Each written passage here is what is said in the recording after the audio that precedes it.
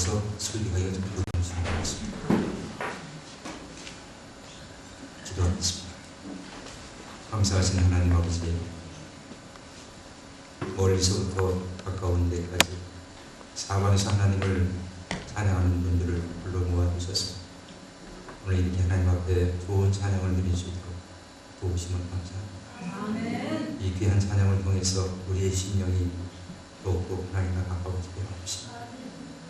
아기 예수를 기다리는 그 마음이 더욱더 애타는 마음, 간절한 심정으로 기다리는 귀한 시간이 되게 하여 주옵소서. 아멘. 예수 그리스도의 이름으로 기도드립니다.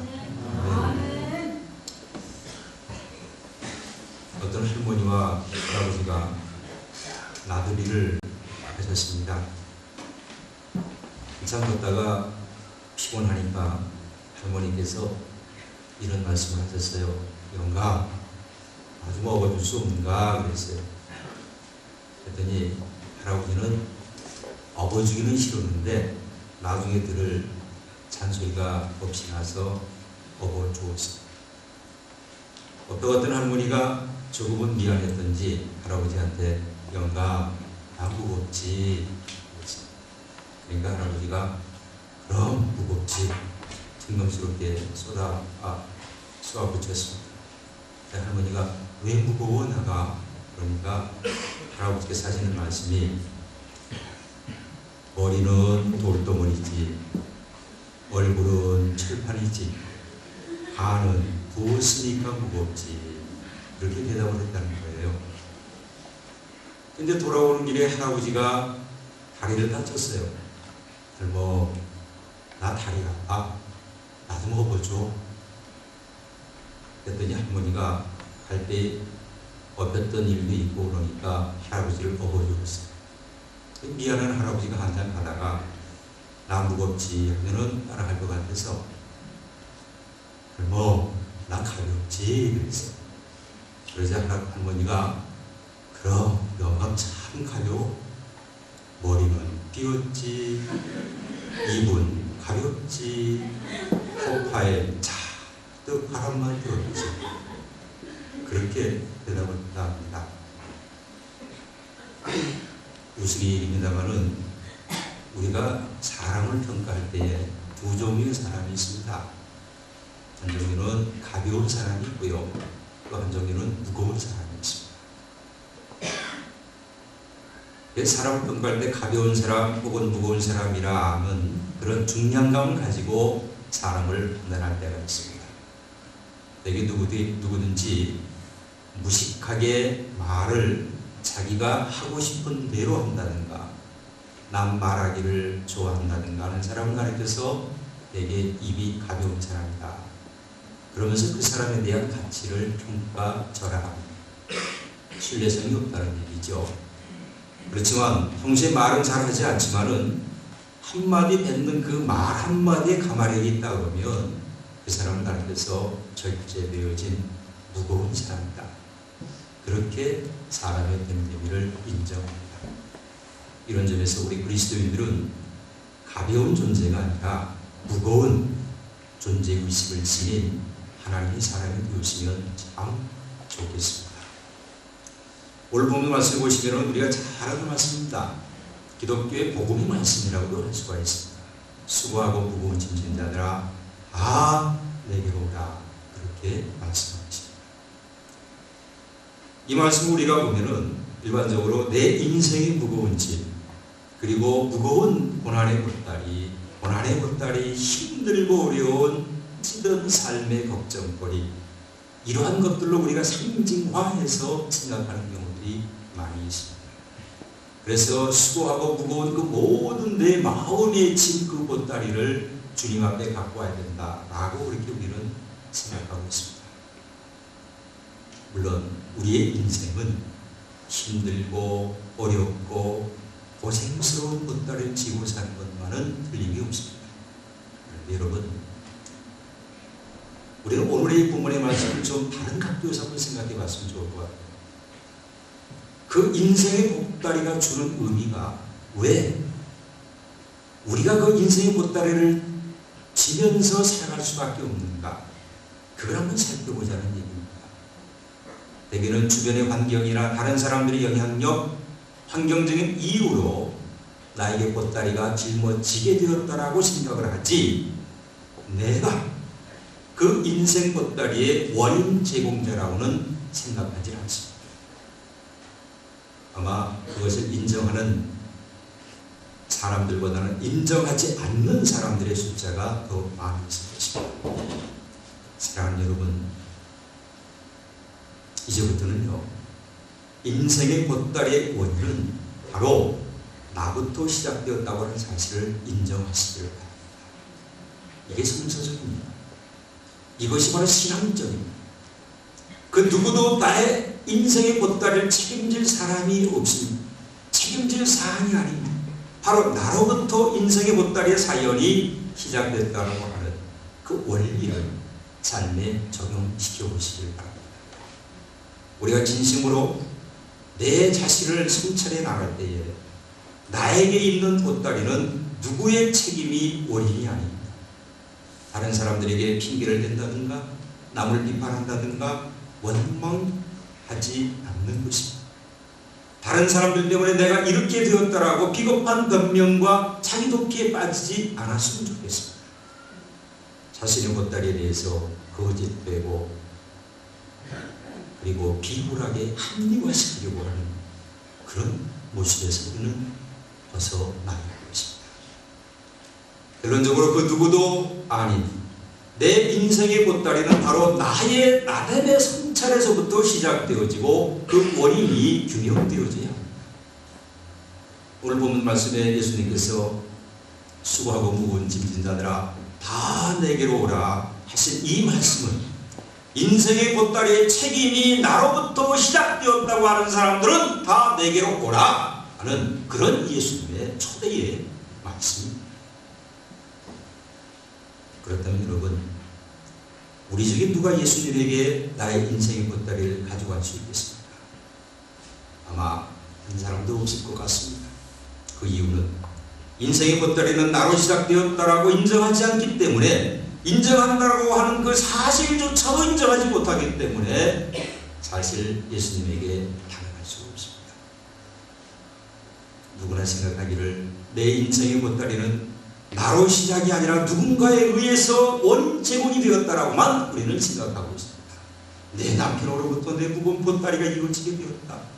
내 자식으로부터 무거운 짐을 지게 되었다라고 내 아내, 내 시어머니, 내 친구, 내 이웃, 직장의 동료, 그 누군가로부터 인생의 보따리가 내게 지어졌다라고 생각하지 감히 나로부터 시작되었다라고는 아무도 인정하지 않습니다. 그러나 여러분, 우리 소도의 가족들은 이제부터 이 시간 이후부터는 그 고정관념의 생각을 깨뜨려 보시기를 바랍니다. 바꿔야 합니다. 그래야 내 무거운 인생의 보따리를 주님 앞에 가지고 갈 수 있습니다. 사랑하는 여러분, 내 인생의 보따리는요, 누가 얹어준 것이 아니에요. 나의 선택에 의해서 내 스스로 인생의 보따리를 지고 있는 거예요. 그 제공자는 누구도 아닙니다. 나로부터 시작하고 나로부터 출발하고 모든 상황의 원인의 제공자가 바로 나부터 입을 관찰하는 그런 자세가 중요합니다.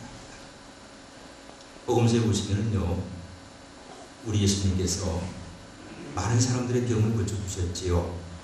그럴 때마다 예수님께서 하신 말씀이 하나가 있어요. 그게 바로 무엇인가 하면, 내 믿음이 너를 구원했다.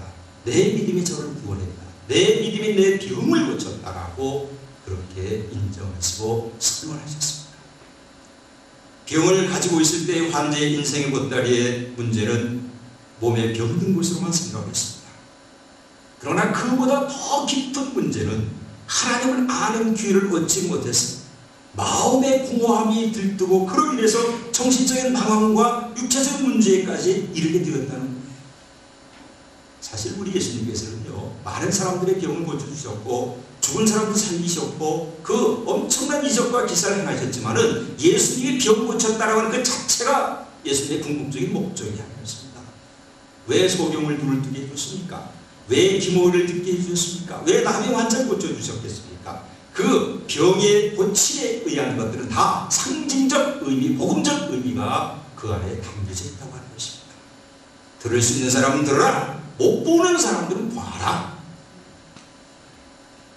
그보다 더 중요한 것은 예수님을 바로 알고 하나님의 사랑을 체험하려는, 그야말로 하나님 앞에 완전히 항복 선언을 해야만이 비로소 인생의 보따리가 해결될 수가 있습니다. 그리고 그 인생 보따리를 내놓으려면 먼저는 자신을 개방해야 합니다. 자신을 성찰하고 예수님에게 회개하는 심정으로 나아가야 합니다. 많은 사람들은 결과의 책임을 남에게 누구에게인가 돌리려고 하고 무책임한 착각을 하면서 그 나에게 가지고 있는 내 모든 인생의 보따리는 누군가에 의해서 짊어진 것으로만 생각하고 거기에 대해서 원망하고 마음 아파하면서 자신의 편안한 삶을 살아가지 못하는 현대인들, 그러한 기독교인들이 얼마나 많이 있습니다. 분명히 원인의 제공은 스스로에게 나왔는데 남을 원망하고 남에 대한 오해를 하기 시작합니다. 그래서 괴로워하고 또 하나의 보따리를 스스로 또 지고 있습니다. 그래서 힘들면 남 탓하는데 익숙해져 있습니다. 이러한 사고방식의 자세는 절대로 평생의 인생의 보따리 문제를 해결하지 못함을 여러분들은 아셔야 할 것입니다. 이런 보따리를 예수님에게 가지고 온들 예수님께서 어떻게 해결해 주실 수 있겠습니까? 예수님도 부스를 둘 수밖에 없을 것입니다. 자, 오늘 본문 29절 말씀을 한번 다 같이 읽어보겠습니다. 나는 마음이 온유하고 겸손하니 나의 멍에를 내고 내게 배우라. 그러면 너의 마음이 쉼을 얻으리니. 여기서 멍에라고 하는 말을 우리가 생각해야 합니다. 멍에라고 하는 말을 유대인들은 복종이라고 하는 말로 이해를 했습니다. 유대인들은 소가 매는 멍에는 나무로 만들었습니다. 그리고 그 소의 등치에 따라서 치수를 잘 지어서 소에 딱 알맞는 멍에를 만들었습니다. 멍에를 잘못 만들게 되면요, 소의 목에 굉장한 고통을 주게 됩니다. 예수님께서 나의 멍에는 쉬겠다라고 말씀하신 이 내용은 알맞는 맞춤 멍에라고 하는 것입니다. 즉 주님께서 주시는 그 생명, 주님께서 주시는 그 사랑, 주님께서 주시는 그 은총은 우리를 괴롭게 하는 고통스럽고 무거운 것이 아니라 우리에게 딱 맞는 맞춤형 멍에라고 하는 것입니다. 그래서 우리는 주님에게 부름을 받은 하나님의 사람들이기 때문에 우리는 각자의 멍에가 있습니다. 이 멍에는 예수님에게 와야만이, 예수님에게 다가서야만이 고통 없는 멍에를 만들어 주시는데, 이 멍에를 많은 사람들 엉뚱한 것에 의지하고 만들어 가지고 살면서 내 보따리가 고통스럽다라고 하소연을 하고 있습니다. 그러니 예수님 보시기에 얼마나 안타까웠겠습니까? 그러니 인생의 보따리를 해결하기 위해서는 자신의 문제를 스스로 해결하려고 하는, 그래서 그 문제를 예수님 앞에 내어놓고 고백하려고 하는 그러한 절차가 필요하다고 하는 사실. 그래서 여러분, 나의 됨됨이는 어디서부터 잘못되었는가? 나의 인생의 보따리가 어디서부터 비롯되었는가? 그것을 깊이 성찰해야 합니다. 사랑하는 여러분, 여기는 우리 모두들, 그리고 실계나 있다고 하는 사람들, 동풍계나 있다는 사람들, 지위계나 있다는 사람들, 사실 알고 보면요, 모든 사람들은 다 불쌍한 존재들입니다. 아무리 기고만장한 잘난 곳에 사는 사람이라도 그 내면을 보면은요, 불쌍하고 가련한 허상이 보이게 됩니다. 누군가 저 사람이 참 행복한 삶을 살고 있다고 해도 그 안으로 들어가 보면 무거운 인생의 보따리를 짊어지고 살아가고 있습니다. 세상의 삶에 대한 걱정과 근심, 속상함, 그것만이 인생의 보따리가 아닙니다. 내가 나를 모르는 무지함이 인생의 보따리임을 아시길 바랍니다. 여러분들 스스로 생각해 보세요. 내가 내 자신을 얼마나 안다고 생각하십니까? 나의 나름의 속성을, 잘못된 속성을 알지 못하는 그 무지함이 바로 인생의 보따리의 원인. 내가 왜 존재해야 되는가? 내 인생의 목적은 무엇으로 비롯되는가 하는 이러한 신학적이고 철학적인 물음 앞에서 우리는 인생의 보따리를 주님 앞에 내놓아야 합니다. 무조건 살기 힘들다고 이제는 너무 지쳤다, 이 무거운 짐을 주님이 해결해 주십시오라고 하는 그러한 단순한 기도에서 벗어나지 않으면 언제나 같은 내용으로 기도하다가 스스로 지치게 마련인 것입니다. 여러분, 기도에 대해서 절대로 오해하지 마시기 바랍니다. 기도는 그 기도 자체가 내 마음의 정신적 스트레스를 해소하기 위한 방안은 결코 아닙니다. 오해하지 마세요. 또 하나 오해하지 마십시오. 오래오래 소리를 지르면서 기도해야만 마음이 풀리는 그런 감성적 스트레스만이 그 기도가 자신의 기도 생활을 지배할 수는 없다고 하는 것입니다. 우리는 감성의 기도의 생활에서 벗어나서 지, 정, 의의 기도의 생활로 전환되어져야 할 것입니다. 우리의 기도는 너무 요란해요. 너무 시끄러워요. 너무 말이 많아요. 나를 보지 못하고 기도하고 있어요. 나를 성찰하지 못하고 기도하고 있어요. 그러니 기도의 공허함이 느껴질 수밖에 없습니다. 하나님의 현존하심을 깊이 느끼고 그야말로 깊고 넓은 영성으로 그러한 삶으로 전환되어지는 기도의 생활이 우리에게는 필요한 것입니다. 제가 수요 기도 성경 공부 때 수없이 말씀을 드렸죠. 기도하기 전에 주님이 주시는 말씀을 깊이 묵상하고 그 말씀 앞에 나를 거울처럼 들여다보면서 내 자신을 깊이 내면의 세계를 들여다보면서 하나님 앞에 내 삶을 고백해보라. 그렇게 기도하시는 분들이 없는 것 같습니다. 그러니까 기도하시는 그 기도의 생활이 감성적으로 흐르고 감정적으로 흐르고 격정적으로 흐를 수밖에 없습니다. 기도는 감성과 감정과 격정적으로 해내는 것이 아닙니다. 차분한 마음. 분명히 하세요. 기도는 마음의 한을 부른 것으로 시작해서는 안 됩니다. 기도는 마음의 스트레스를 위한 마음의 건강용으로 사용하지 마시기 바랍니다. 기도는 하나님의 현존하심을 알고 느끼면서 자신의 모습을 하나님 앞에 내놓으면서 자신을 헌신하며 자신을 결단하는 과정입니다. 우리가 하나님 앞에 내놓는 짐은 나의 오만과 나의 불성과 나의 교만, 나의 욕망 이러한 것들로 가득 찬 인생의 짐을 주님의 십자가 앞에 내려놓고 이것을 소멸시켜준 것을 하나님 앞에 간절한 마음으로 회개하는 마음으로 눈물 흘리며 통의에 자복하며 옷을 찢으며 베옷을 입으며 하나님 앞에 기도하는 것이 바른 기도의 모습. 거기에 감성이 되십니다. 거기에는 내 마음의 감성이 들어올 수 없습니다. 그래서 그냥 뜨거운 가슴으로 기도하는 방법을 터득하는 것입니다. 우리 현대신앙인들은 머리로만 사는 데 익숙해져 있습니다. 머리로만 생각하고 있습니다. 가슴으로 생각하고 있지 못합니다. 그래서 더 무거운 인생의 보따리가 내 머리를 위에서부터 짓누르고 있습니다. 사무엘상 1장 12절 이하의 말씀을 보시면 한나의 기도가 나오지요. 한나가 하나님 앞에 기도를 합니다. 그의 기도는 뜨거운 가슴으로 기도를 합니다. 그래서 엘리 제사장이 그의 기도하는 모습을 보고 저 사람 술 취한 거 아니냐? 오해를 합니다. 왜냐하면 그 한나가 기도하는데 입술만 부덕부덕 떨면서 입술만 움직였지 소리를 내지 않습니다.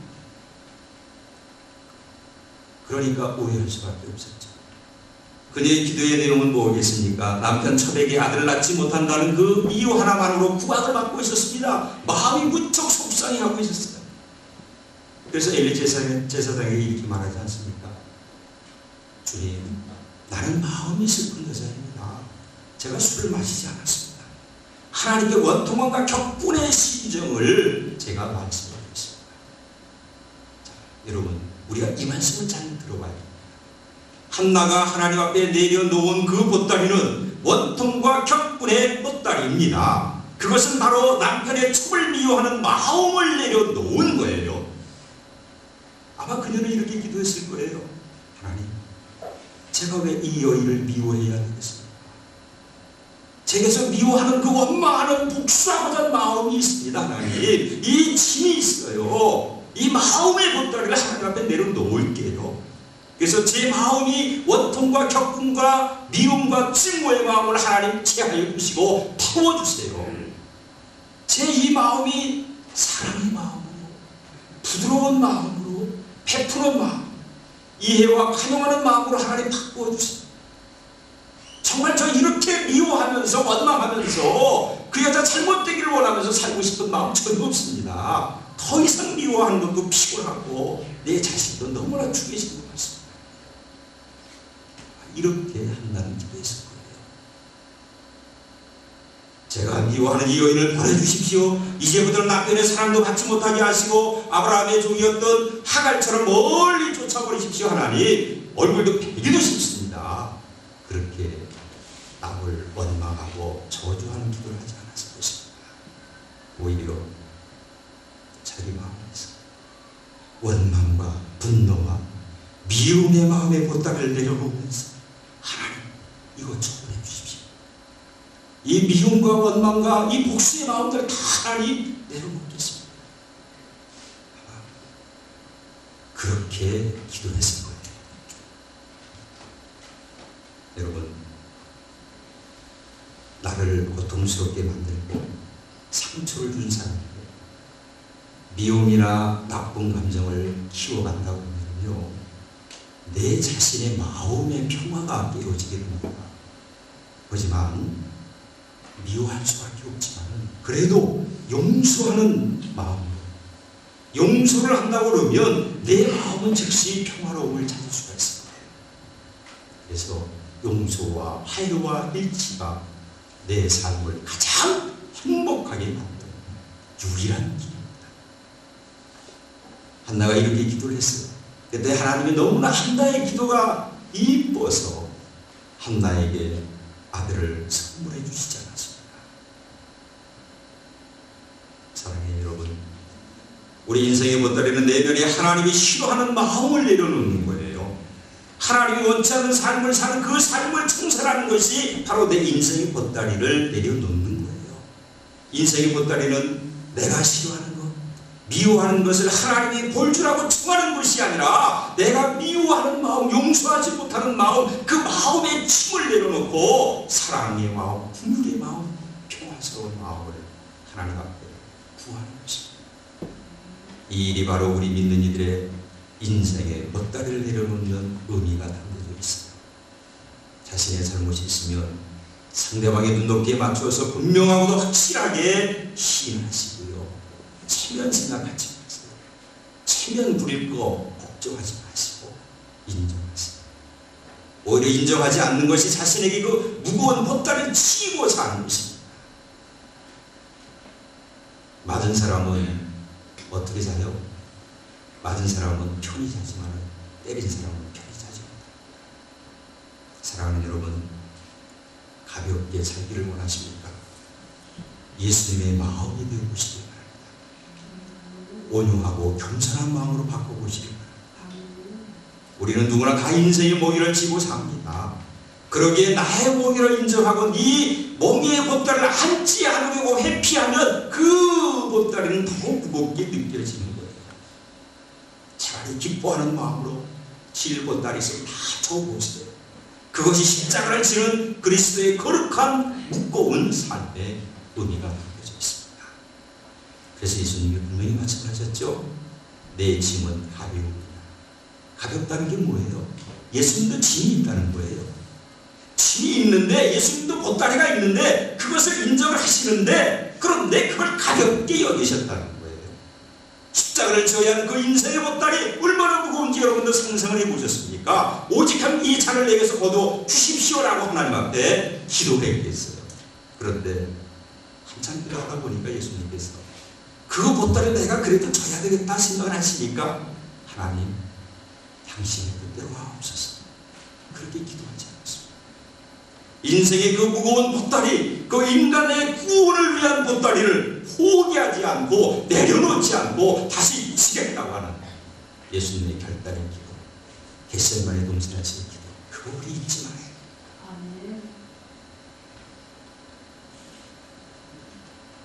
우리는 지금 주님이 오시는 강림절을 보내고 있습니다. 또 오늘은 성소주일이기도 합니다. 하나님의 말씀으로 우리의 마음의 위로와 은총을 얻는 복된 날이 되었으면 좋겠습니다. 강림절은 주님을 기다리는 절기입니다. 오늘날 상업주의와 맞물린 기독교 문화 속에서 앞으로의 2주간의 기다림의 절기가 우리에게는 상당히 중요한 의미를 담고 있습니다. 어떠한 마음으로 우리가 예수님을 기다리고 있을까? 그것을 우리는 깊이 생각해보고 있습니다. 무의미하게 하루의 삶은 자기의 성찰과 자기의 내면적인 회개하는 마음에 무거운 짐을 포기하려고 합니다. 그런 생각으로 성탄절을 맞이한다고 하면 우리는 주님 앞에 부끄러운 성탄절을 맞이할 수밖에 없을 것입니다. 예수님께서 내 짐은 가벼움이라 말씀하셨습니다. 내 짐이 가볍다라고 하는 것은 바로 사랑의 짐입니다. 사랑은 가장 무거운 짐을요 가장 가볍게 만들어줘요. 이런 얘기가 있어요. 어떤 사람이 작은 소녀 하나를 길에서 만났어요. 그런데 그 소녀는 자기보다 덩치가 큰 동생을 등에 업고 가는 것을 봤어요. 업고 가기 너무 무거울 것 같아서 야 내가 좀 도와줄까 그랬더니 이 소년이 하는 말이 무겁지 않아요. 이 아이는 바로 내 동생이에요. 그렇게 대답을 합니다. 이같이 여러분 사랑의 마음으로 짐을 지고 그 사랑의 마음으로 사람을 대하고 그 사랑의 마음으로 내가 갖고 있는 내 인생의 보따리를 생각해 보면 우리의 모든 인생의 보따리는 가벼울 수밖에 없습니다. 이제 우리는 나의 부담스러운 인생의 보따리를 거부하지 마시고 참여하시고 무조건 내려놓으려고 하지 마시고 주님이 원하면 사랑의 마음으로 다시 지고 가야 한다고 하는 것을 고백하는 여러분들이 되었습니다. 주 안에서 인생의 보따리의 근본적인 문제를 해결받는 그래서 성탄절을 가장 아름다운 모습으로 받아들일 수 있는 여러분 되시기를 주의 이름으로 축원드립니다. 고마우시고 감사하신 아버지 하나님